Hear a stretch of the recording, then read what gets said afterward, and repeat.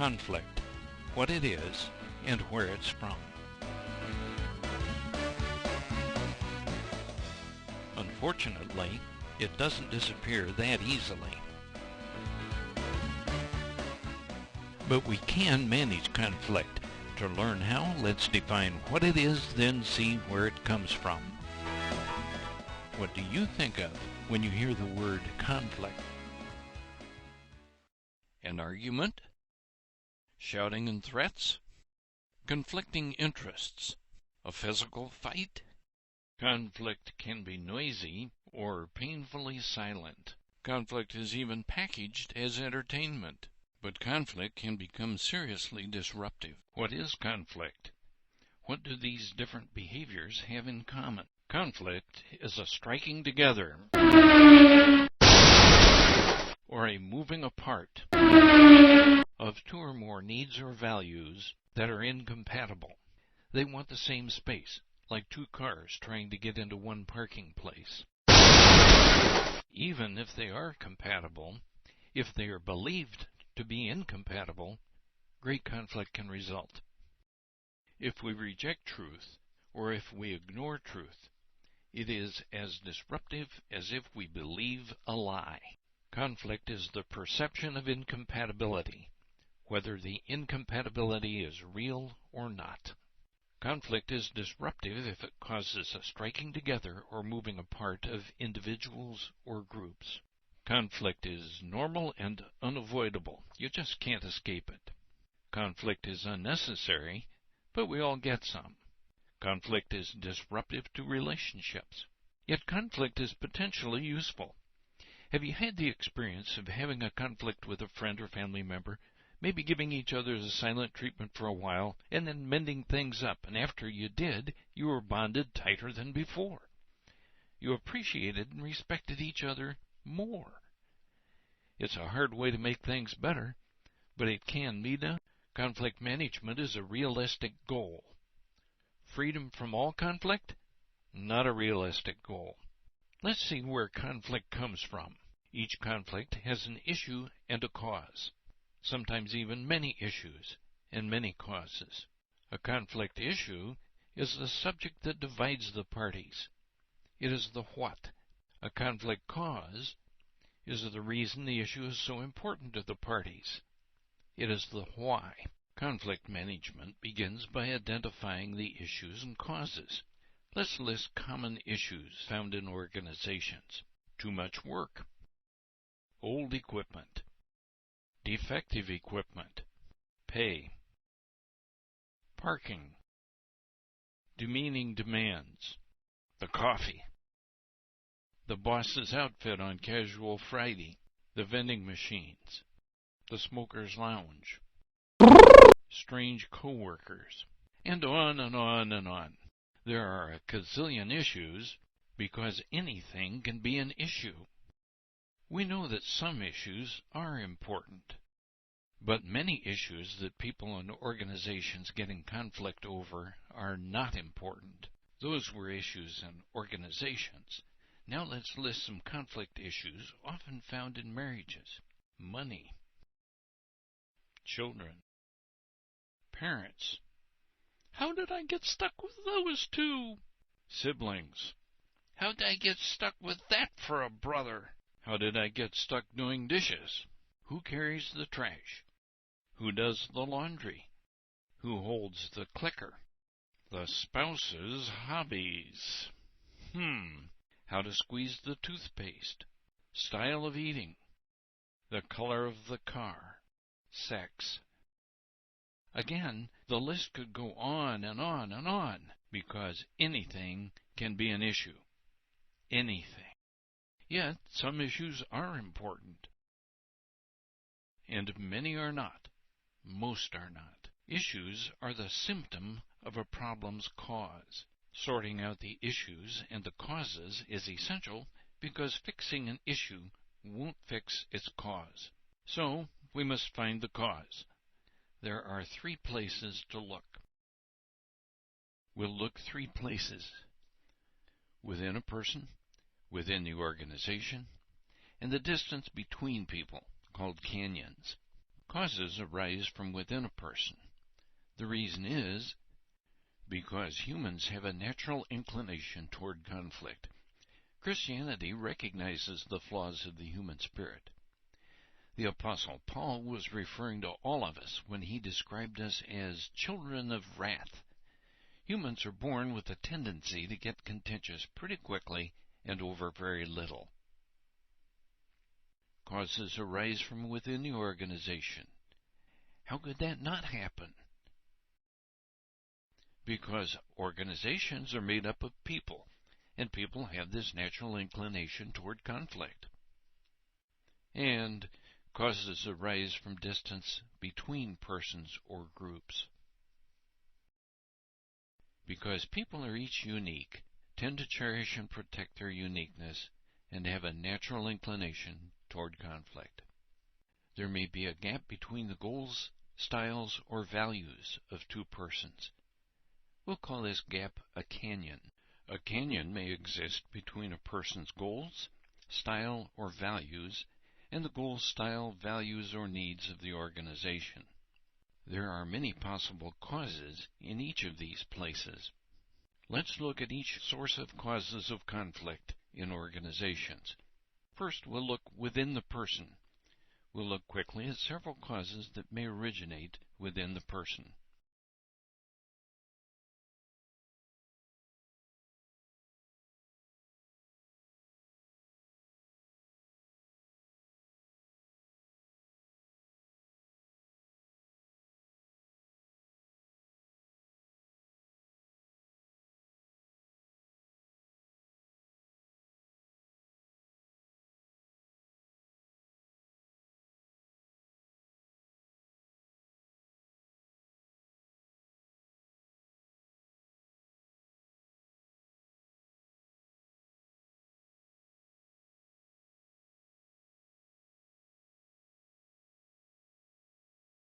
A person may be unprepared to do the job because of lack of training.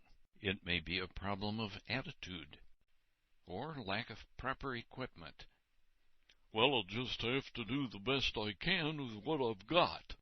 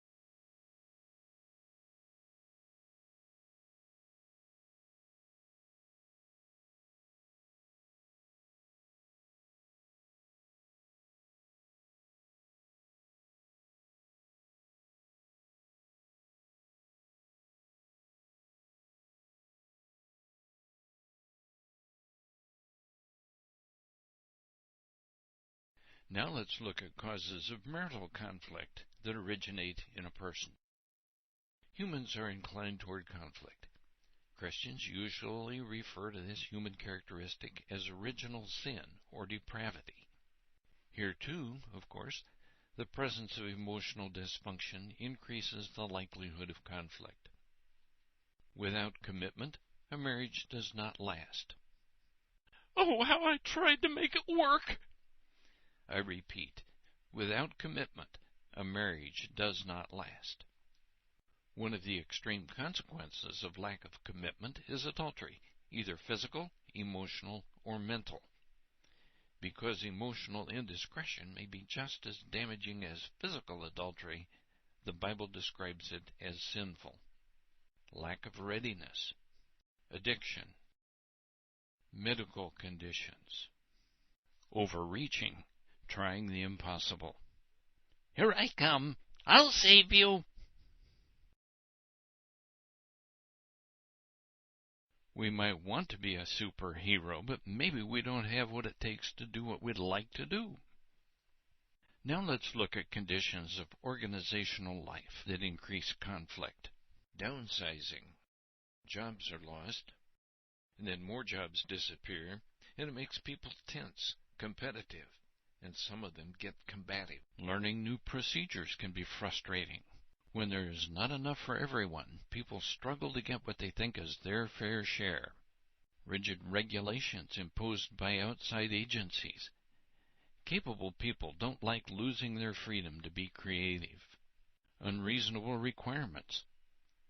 Capable people think that "do it because I say do it" is not an adequate reason.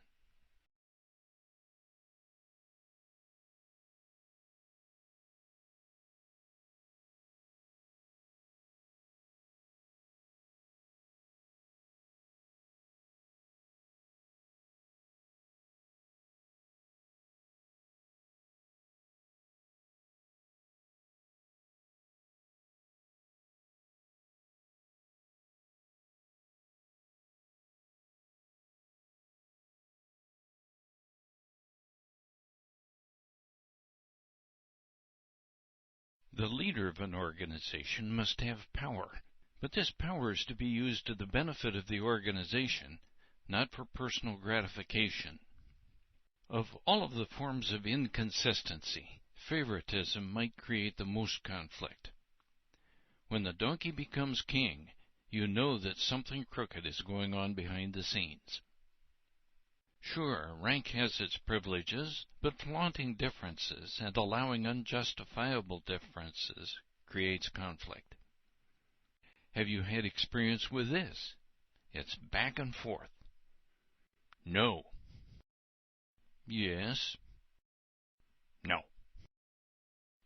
Yes. No. Yes. Capricious, unpredictable rule-changing drives people nuts and creates conflict. Ambiguity. One painter says to the other, "What's the matter with you using that stupid color? Didn't you hear the boss when he said, paint it any color you want as long as it looks good with the floor?" The incompetent supervisor is a source of conflict.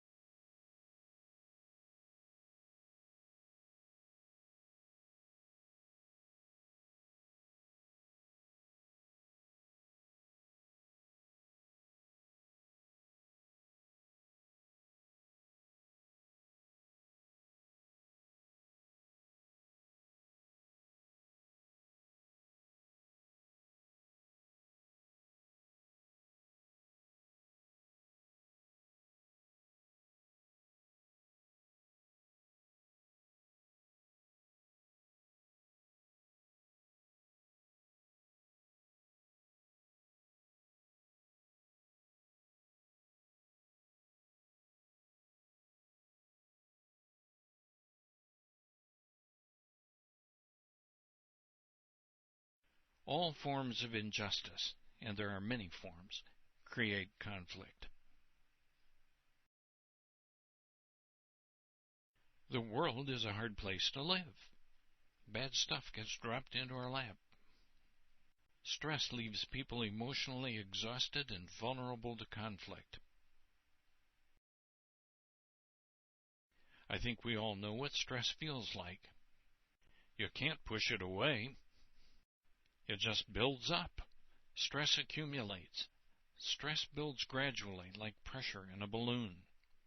It stretches the patience and coping skills of a person until... Let's look at the structure and dynamics of marriage, for it, too, being contaminated with sin, has causes of conflict. It's not about being poor. It's about the incompatibility between income and needs and reasonable desires. Every wealthy person whose wants outdistance their money lives with this conflict.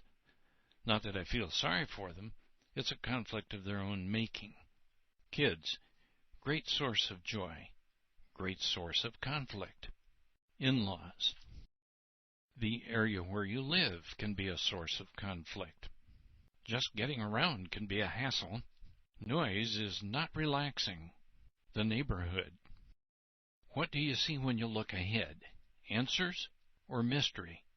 The nature of many jobs is stressful, to say nothing of the people you work with. Canyons are those distance betweens that we mentioned earlier, the gaps between the goals, styles, or needs of a person and those of the organization. The canyons must be bridged so there can be understanding. But the canyon exists just by the nature of life. Communication is not easy. She doesn't say quite what she means to say, and even if he hears her words correctly, he gives them his own unique interpretation. It leaves him in the condition described by the saying, "I know that you believe you understand what you think I said, but I'm not sure you realize that what you heard is not what I meant." Communication is not easy. Information cannot be communicated if the information is missing.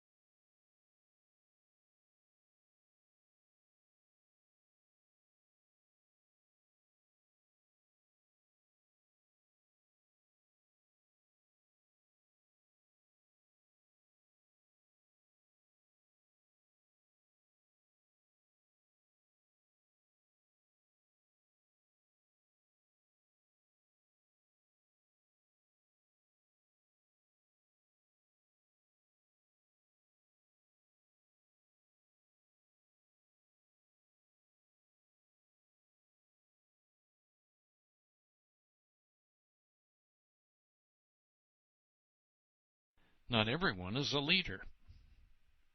Not everyone is a genius. Some are self-sufficient, and some need to be spoon-fed. Some are plenty sure, some are insecure. Some are effusive, some are elusive. Cats are cats and dogs are dogs. They can get along when they choose to, or they can fight. In situations where cultures are quite different, even incompatible, individuals can choose to be compatible. Compatibility is a choice. Goals need to be compatible. Now here's a guy who has a goal and seems to be diligently working on his little goal, but if his goal is incompatible with the organization's goal, there will be conflict. Whatever the goal may be, if there is incompatibility, there is a strong likelihood for conflict. Whenever two cars try to park in the same parking space, something gets bent. People come into marriage with different personalities, interests, and values. There is a canyon between the two. Some couples can't get communication started. Others talk but don't communicate. They may build a wall of silence between them, or they may attack with language. People have different personalities. Some are shy, some are bold. Some are cautious, some are daring. Some want quiet, some think they're a riot. One is serious, another delirious. Men have all sorts of different interests. That's okay. And so do women. And that's good. And it's possible to have a good marriage even when there are different interests. Even though interests are influential, values are far more powerful. Values are the beliefs we have about what is most important in life. Values determine how we seek to resolve problems. Marriage is made difficult when there are major differences in values. For example, one parent may condemn, the other may console. This creates conflict between the parents and confuses the child, setting the stage for future conflict. Values are about the purpose of life. What is it for? What do we do with it? What does it mean? How do we use our time? What do we do with the spiritual part of life? Is there a God? Do we get involved? How much? Where? What do we do with money? Two of my grandsons, brothers, are a year apart in age. One's a spender, the other has the first penny he ever got. He's rubbed the whiskers off Lincoln's face, he saved it so long. These two guys are opposites on this value. Now, they're brothers, and it's not a problem. In a couple, a value difference like this may well become a source of conflict. Values about the future. Where are we headed in life? What do we want to accomplish? To this point, we have defined conflict and examined issues and causes. Now let's discuss